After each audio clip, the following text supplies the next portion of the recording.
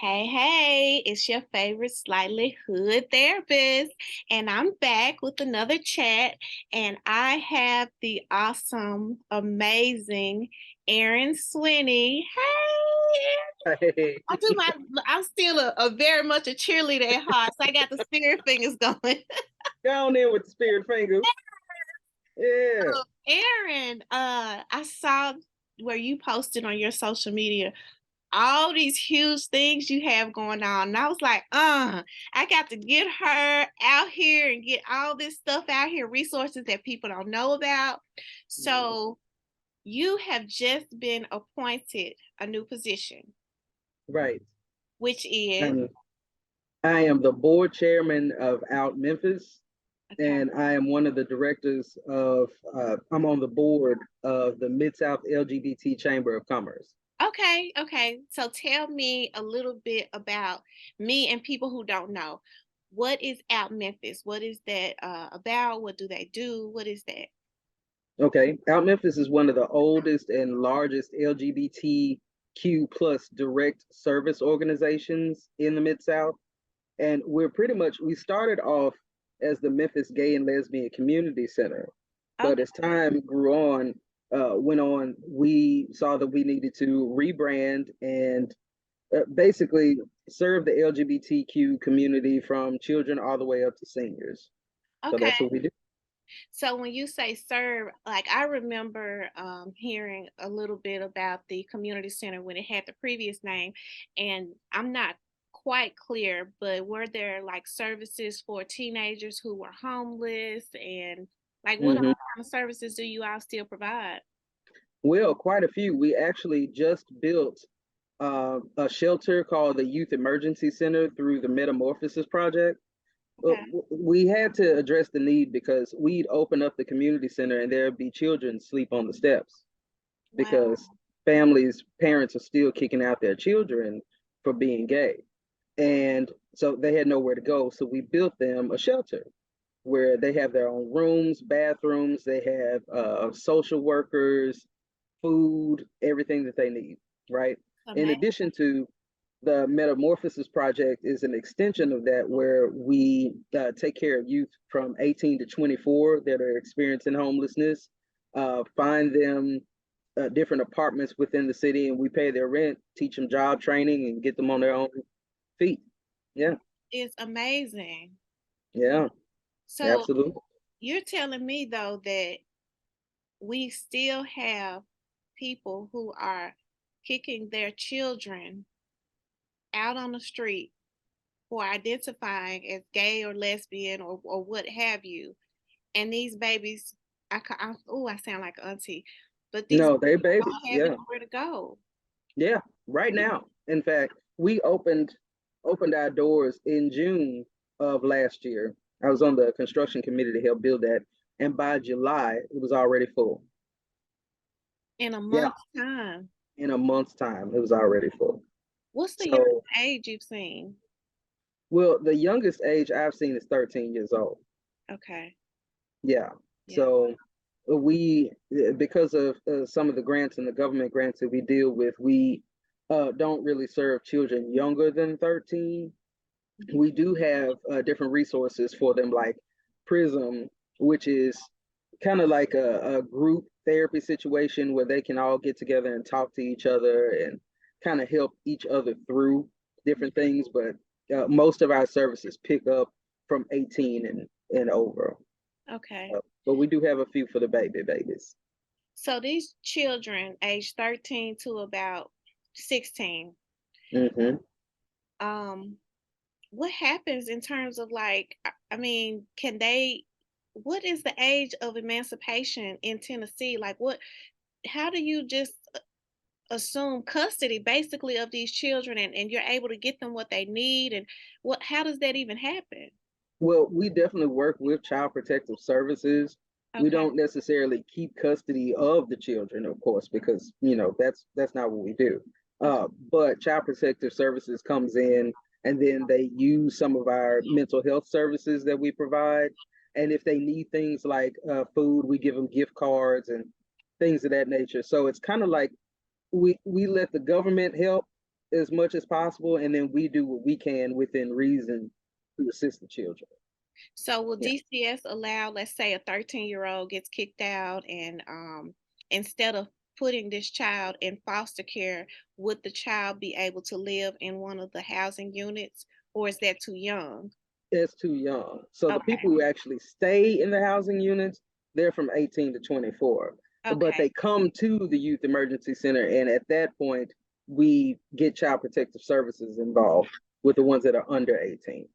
So no, we're not harboring kids, Yeah. but we are providing resources for them and taking care of them until child protective services comes. Man, So yeah, it's something else. that's It's a gotta lot, be and heavy it's the work. whole tri-state area too. What was that? Oh, good. So Mississippi, Mhm. Arkansas, and Tennessee. Yeah. Right. Yeah. No, I was just saying that's gotta be some really heavy, hard work. It is. It Yeah. definitely is. And as the chair, it's my responsibility to try to get as many resources as possible to raise awareness and everything. And our staff does a wonderful job. And I don't know if you know, but most of the kids that come through are 90% Black. No, I Yeah. didn't know that. I would imagine that's a possibility considering, this city though is a majority black city. But Mm-hmm. um and as I say that out loud, I can imagine why it's our children because we culturally are just not accepting of True. of what we think is someone's lifestyle and their choice when that's not what this is. Mm-mm. Not at all. Yeah. I remember I used to fight with my uncle all the time, God rest his soul. He was like, "Well, why would you choose to be gay?" And I said, "Uncle, I don't mean to be disrespectful, but if you see a woman walk past that you find attractive and something gets a little bit stiff, when did you make the decision to do that? Did you? Did you be like, "Hey boy, come on, get up"? No, you Right. did. So if it don't work like that for you, why would you think that it worked like that for me? It's not a choice. Attraction has never been a choice. It's a biological fact.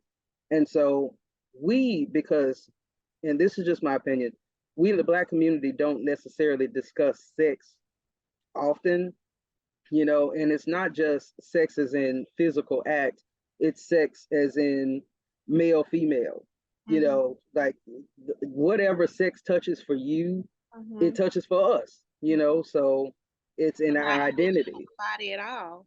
Right. Biology, gender expression, all of it. Mhm. So that's why we're all put together in the rainbow and we have different colors because our experience touches different things. And so education for the Black community would really be helpful because even though, gay people, we've always taken care of our own and stuff, it would be helpful for us as a people to realize that we have a whole lot more in common than we think we do, you Right. know? Right. Mhm. Okay. So, I'm curious. Now, Okay. what your uncle say when you told him that? He couldn't say nothing. He was in shock. Number one, that I would talk to him like that because he's a preacher. I come from a family of preachers. Ooh, the nerve of you. Oh yeah, I know, right? So, but I get tired of arguing about it a lot of times because you know they don't necessarily educate themselves. You hear things passed down from generation to generation. It could be wrong as two left shoes. And when I showed him what it was, he had nothing to say. He was just like, "Wow, How all old are right." you? I was, I don't know, maybe like 25, 26. It was a while ago, but I was old enough to stand on my own too, but not old enough to talk to him like that. Right. But I had to let him know. It's interesting though, because I bet, well, I'm a therapist. I've been in practice for several years, and I've serviced people at all different levels with all different kinds of issues. And I find a lot of times people who are having to deal with issues related to their sexuality are really minding their own business for the most part. And it's other people who constantly are bringing up their sexuality or their preferences or their gender expression. And it's like, you are the one that's making this an issue that's not an issue. So have Mm-hmm. you found that throughout your life? Like you just minding your business and people make an assumption and they want to start having a conversation with you and trying to tell you what you're not. Mm-hmm. Oh yeah, all the time. it's a fascination with things that they don't necessarily know about, Mhm, and what they do know about it is misinformed. mhm, So a lot of people, instead of studying to find out what it really is, would rather um, go on their opinion on what it is, and then try to insert their opinion into my life. That's happened to me quite a few times. mhm. And as a Black lesbian, I see the parallels in the experience between, some racist person coming up and telling me, that I'm a monkey when they have absolutely no idea about my experience as a Black person. It's similar. It's not the exact same, but it's real close. Right, right. So if you can understand that struggle, you can understand the gay one too. And you know how there's this really good big phrase. I started to say good because I like the phrase myself, but Mm-hmm. we are telling people they need to not be minding Black business. Like people probably need to not be minding queer business. Why are you concerned about it? Stop inserting yourself into something that you're going to cause a problem for by Right. you not wanting to be a part of helping with something. If there's even help needed, like, we talking about these children, there's help needed there, but Mm-hmm. sure at your age and your experience and your life, you're like, I don't need you telling me what I like and what I don't like and how to do it. No, Why are you even talking to me? not at all. I mean, similar in the Black experience, I can say that um, we do definitely want to be left alone completely. And if you do come over here as a student. If you want to learn, learn. But don't come over here trying to teach when you are unqualified to teach. You know what I mean? So, and we'll definitely, most of us, if you come and ask a question. Now I know that, lately with the whole social media and everything, people are kind of tense when it comes to answering questions and everything, but it's all in the spirit of how you come to someone. Like, I don't really know anything about this. There's a lot on Google, but I think that if I heard your experience, I would understand more. And you win more flies with honey that way. Right, So that's right. what I would suggest. So tell me a little bit about your life story. When did you feel comfortable telling people about your sexuality, if you even felt like you needed to? Because you said like your parents probably weren't going. No, they were not. Okay. Neither was the rest of my family. They didn't know nothing about it. They didn't like it, and I lost a lot of family members during that time. I was 19 when I came out to myself, and I was 21 when I came out to my parents.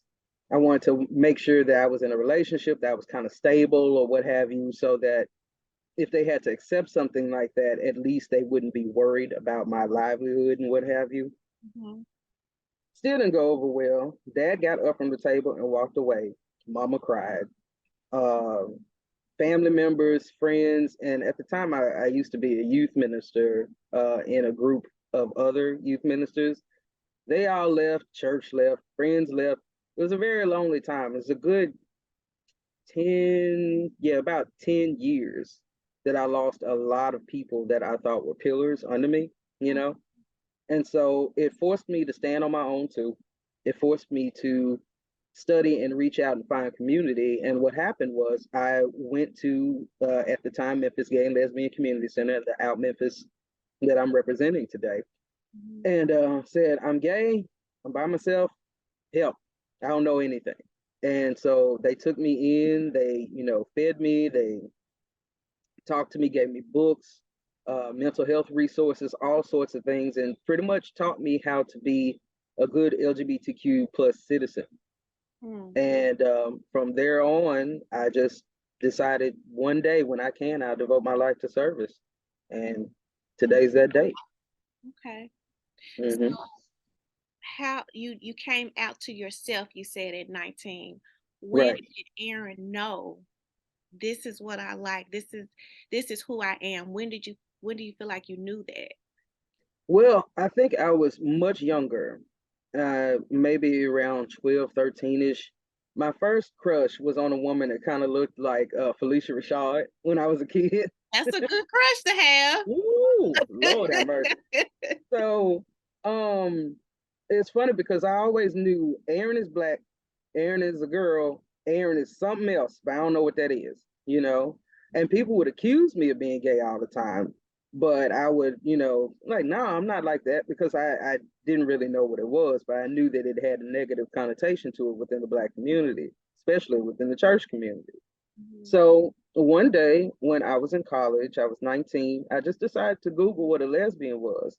And it was like, sexually attracted to women, check, you know, thinking about this and check. And I was like, oh my God, I'm gay. There's a movie called But I'm a Cheerleader.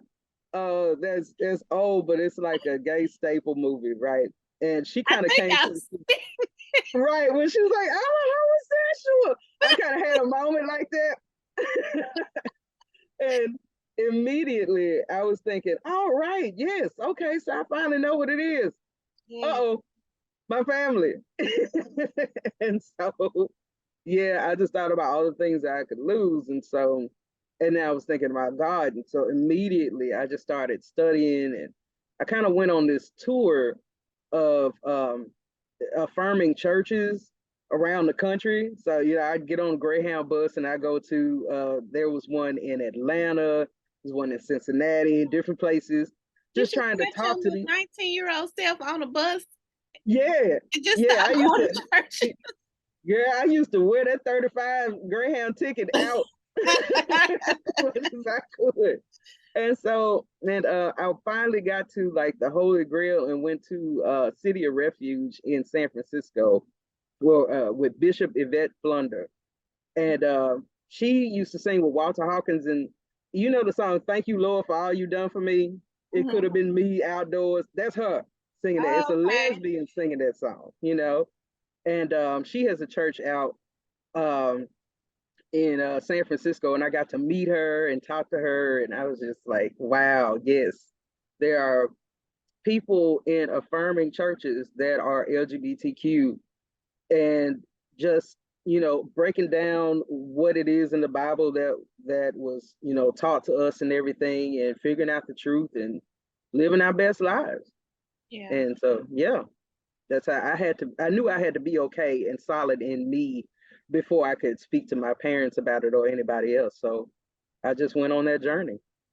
So your parents, you know, I've had like I said, I've treated so many different people, and Mm-hmm, uh one of the difficult things, especially if I have teens and they are trying to discover what their sexuality is, and they mm-hmm, might know, well, I don't know exactly where I am, but I'm in here, and the parent is not ready. I've yeah, definitely had some parents who just they not going at all, but some parents mm-hmm, who are not ready. And what I found helpful for people who are still exploring and trying to find out when they're trying to cope with their parents' reaction is having them to get an understanding that your parent is grieving.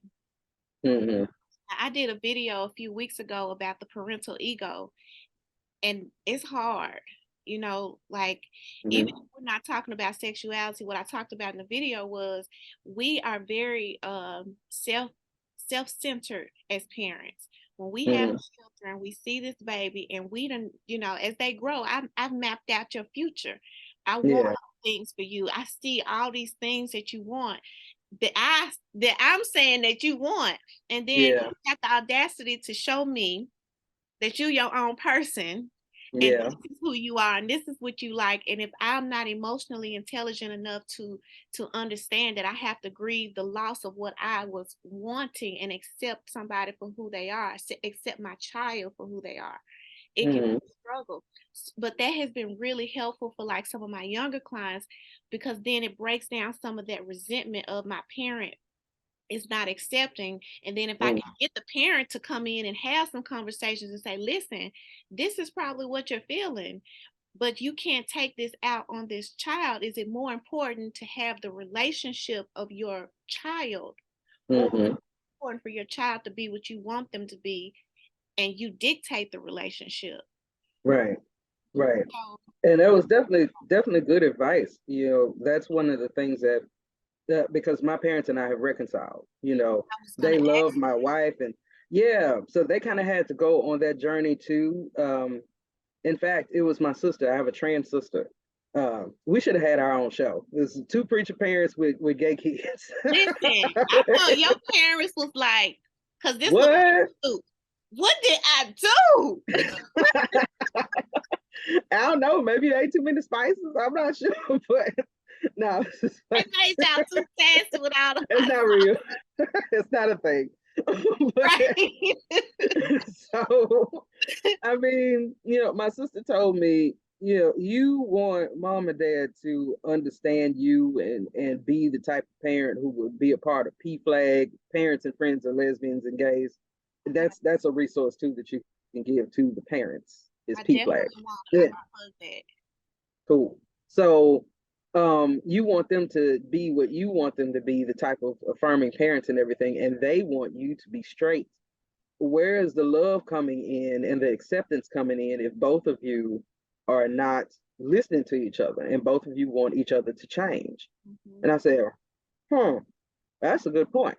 And so, through the bridge of radical acceptance from both sides, then we started to move towards each other.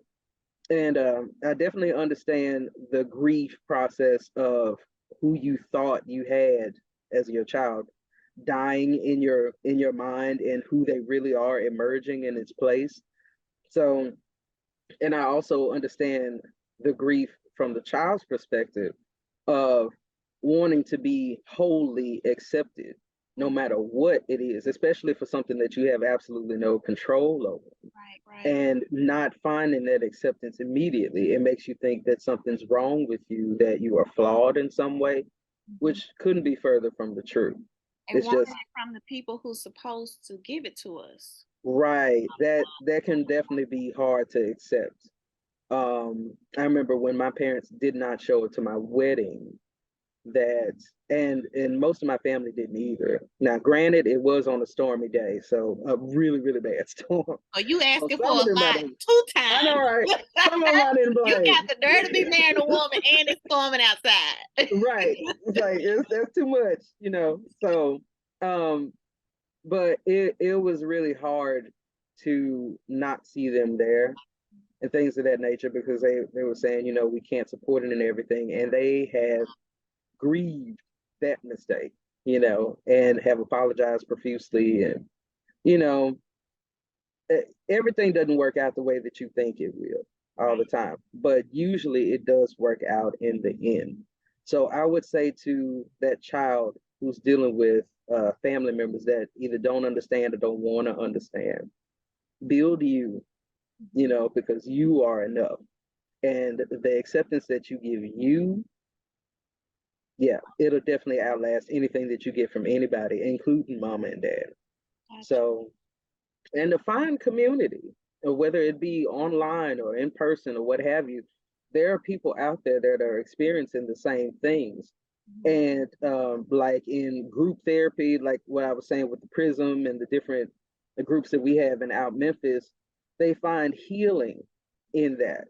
The way that our community is set up, we have elders in the community that often take the place of mama and dad that can help, with that, who've been through the same experiences, know exactly what you're going through. Don't have to be by yourself, Yeah. you know. I tell you, I'm like one of the biggest RuPaul drag race fans, and I'm bringing this up because Uh-huh. tear up every single time there is an episode where they talk about their drag houses or their drag mothers, and they say this is the family that I got to choose a family and they chose me Yeah. back. And it's just like I'm a crybaby anyway, but it's like Oh, to yeah. you ain't gotta be out here by yourself, and somebody accepts you wholly and completely, and everybody deserves to feel that at some time in their life. Yeah, they do. When you mentioned houses, I was thinking I didn't necessarily have a house with a name, and we didn't compete or anything like that, but there was, when I was 23, there was this 18-year-old girl. She's a good friend of mine now. Her mom kicked her out and she had no place to go and asked to move in with us. Now, she was a friend of my sister's. I didn't really know her much. But I said yes. And then my trans sister, got kicked out when my parents found some wigs and stuff like that. They didn't know that Emery was like that at all. And so Emery moved in with me too. And so then came their friends and Y'all made a house. right. So I'm 23 and I said one day I'm going to build a house for all of you to be able to come. And I was only 23 then, and lo and behold, the youth Did it. emergency center. You I did. did. So let me ask So you this. If you could go back in time and create a name for your house, what would you call it?